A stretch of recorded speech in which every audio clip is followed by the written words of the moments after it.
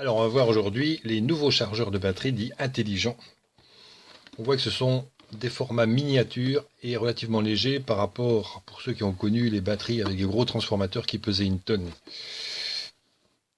Donc, c'est un système simple et léger, entièrement régulé. On va aller voir en quoi ça consiste. Voilà le boîtier. Alors, on passe 2 secondes sur ce boîtier. On voit qu'il n'y a pas de réglage particulier. Il y a juste un seul bouton d'action, un mode réparation, qui va envoyer un courant d'assez haute tension sous forme d'impulsion pour essayer de ce qu'on appelle ressusciter une batterie qui ne répond plus.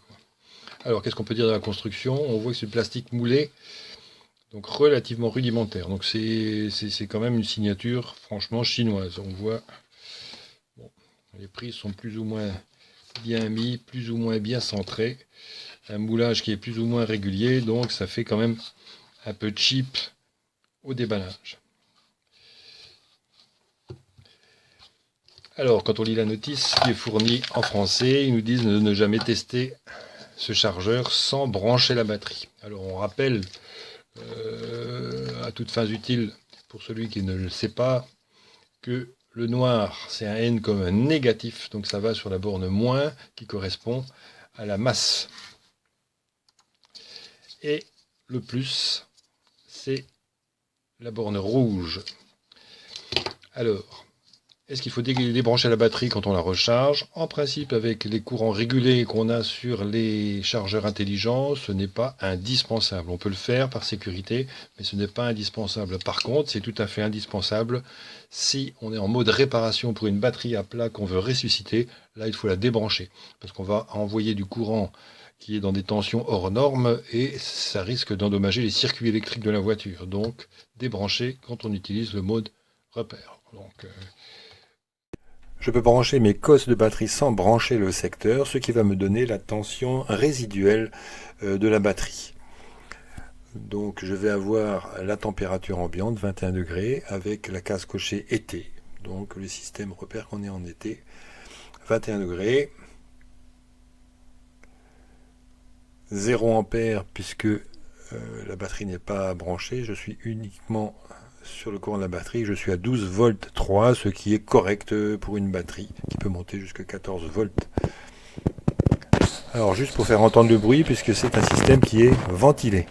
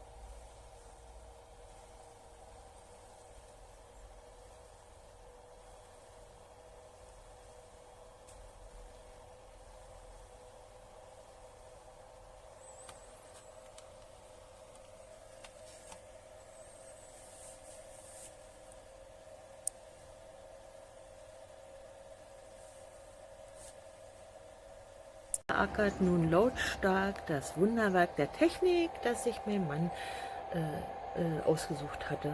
Das fand er so schön. Ein Ladegerät für die Batterie. Weiß jetzt gerade gar nicht. Fürs Auto sieht gar nicht so aus. Ob es eher fürs Boot ist. Jedenfalls lädt es. Ach nee, vielleicht auch für sein E-Bike. Das kann natürlich auch sein. So klein wie die aussehen.